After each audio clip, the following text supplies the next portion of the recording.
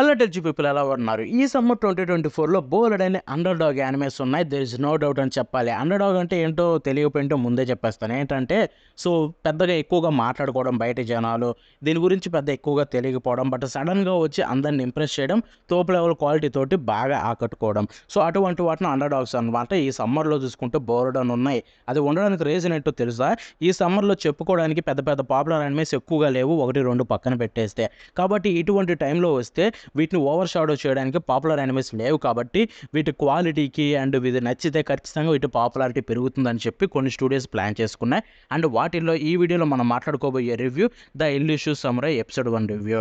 ఈ యానిమే చూసుకుంటే జూలై 6న అయితే రిలీజ్ అయిందనమాట దీని ఫస్ట్ ఎపిసోడ్. అండ్ స్టూడియో క్లవ్వర్క్స్ నుంచి వచ్చింది. ఇన్ఫాక్ట్ క్లవ్వర్క్స్ నుంచి వస్తుందనగానే నేను దీని మీద ఇంట్రెస్ట్ పెరిగిపోయింది, చూసేద్దాం అనుకున్నా. But most of you don't know, CloverWorks తోప్ స్టూడియో అనమాట. వాళ్ళ ప్రాజెక్టులన్నీ తోపే ఉంటాయి. వీళ్ళకి దీన్ని చూసుకుంటే టోటల్ 12 ఎపిసోడ్లు ఉండబోతున్నాయి ఈ సీజన్లో. అండ్ ఇంకో క్రేజీ థింగ్ ఏంటంటే దీని క్రియేటర్ ఎవరో తెలుసా? మాంగాని క్రియేట్ చేసింది క్లాస్ రూమ్ అసాసినేషన్ యొక్క క్రియేటరే. ఎస్, క్లాస్ రూమ్ అసాసినేషన్ ఎవరికి తెలియదు? అసలు తోపు లిటరల్లీ మన తెలుగు డబ్ కూడా వచ్చింది అది చూసుకుంటే. సో ఆ క్రియేటర్ నుంచి వస్తున్న మాంగా అనగానే దీని గురించి చూద్దాం అనుకుంటే మాంగాకైతే పెద్ద పాజిటివ్గా అయితే ఎక్కువగా లేవన్నమాట. సో నార్మల్ మాంగానే అంత తోపు కాదన్నారు. యానిమే ఎపిసోడ్ 1 చూస్తే చించి పడేశారు. ఎస్, సో ఈ ఎపిసోడ్ 1 విషయానికి వెళ్ళిపోతే భయ్యా, ఎస్పెషల్లీ యానిమేషన్ మాత్రం టాప్ టైర్ అని చెప్పాలి. లిటరల్లీ చించి పడేశారు క్లవ్వర్క్స్. ఇది చూసిన తర్వాత వాళ్ళు ఎందుకు దీని గురించి ఎక్కువగా చెప్పలేదా అన్న ఫీలింగ్ అయితే కలిగింది. ఎందుకంటే మీరే చూడండి, ఎపిసోడ్ 1లో ఎన్నో బ్యూటిఫుల్ షాట్స్ ఉన్నాయి తెలుసా? లిటరల్లీ బ్లడ్ అసలు చూపించిన విధానం అయితే నాకైతే చాలా బాగా నచ్చింది. సో ఫస్ట్లీ ప్రమేష్ విషయానికి వెళ్ళిపోదాం. సో మన మెయిన్ హీరో టోకియోకి హోజో, తనైతే ఒక 8 ఇయర్స్ పిల్లాడనమాట. సో వాళ్ళ నాన్న అయితే కింగ్ లాగా అనమాట. ఇది పాతకాలపు జపనీస్ టైంలో.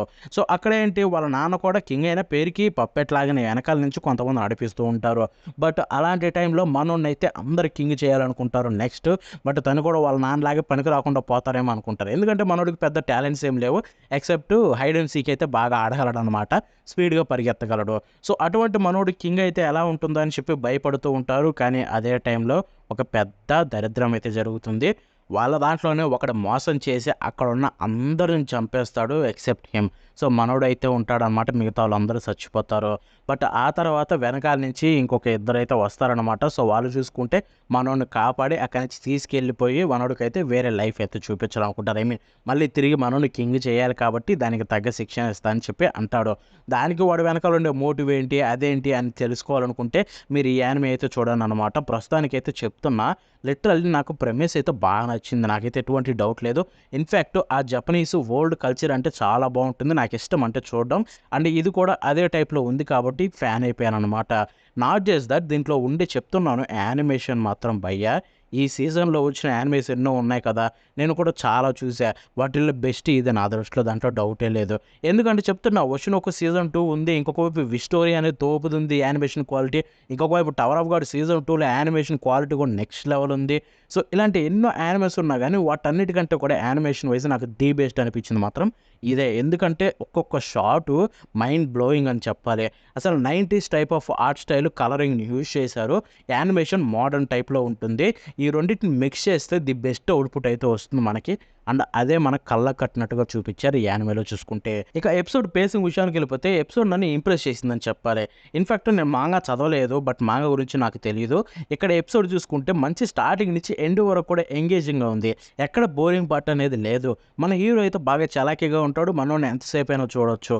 ఇంకొక వైపు ఆ రాజ్యం గురించి చూపిస్తూ ఉంటారు. సో అదంతా కూడా బాగుంది. సో ఓవరాల్ ఎపిసోడ్లో ఎక్కడ కూడా బ్యాడ్ పేసింగ్ అయితే కనిపించలేదన్నమాట, ప్రాపర్గా వెళ్ళిపోయింది. స్టోరీ బోర్డింగ్ చాలా అంటే చాలా బాగుంది. కొన్ని చోట్ల బాగా ఎర్రగా అయితే ఉంటుందన్నమాట సాచురేషన్, అదొక్కటి కొంచెం తగ్గుంటే బెటర్ అనిపించింది.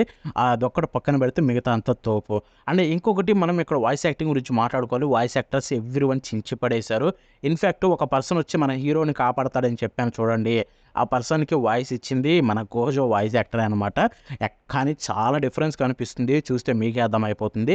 బట్ ఆ కంఫర్ట్నెస్ అయితే ఉందన్నమాట ఆ వాయిస్లో యాజ్ యూజువల్. ఇక తర్వాత మ్యూజిక్ విషయానికి వెళ్ళిపోతే ది బెస్ట్ పార్ట్ అని చెప్పాలి. ఓపెనింగ్ సాంగ్ అయితే నాకు తెలియదు, ఎండింగ్ అయితే లేదు, ఓపెనింగ్ ఒక్కటే రివీల్ అయింది. ఓపెనింగ్ విజువల్స్ కూడా ఉన్నాయి, మోడర్న్ టైప్లో వాళ్ళు ఉంటే ఎలా ఉంటుందని చెప్పి విజువల్స్ పెట్టారు, అది చాలా బాగా నచ్చింది. అండ్ ఓపెనింగ్ సాంగ్ కూడా చాలా బాగుంది, నేనైతే విన్నాను అనమాట, ఎక్కడ నాకు ప్రాబ్లం అనిపించలేదు.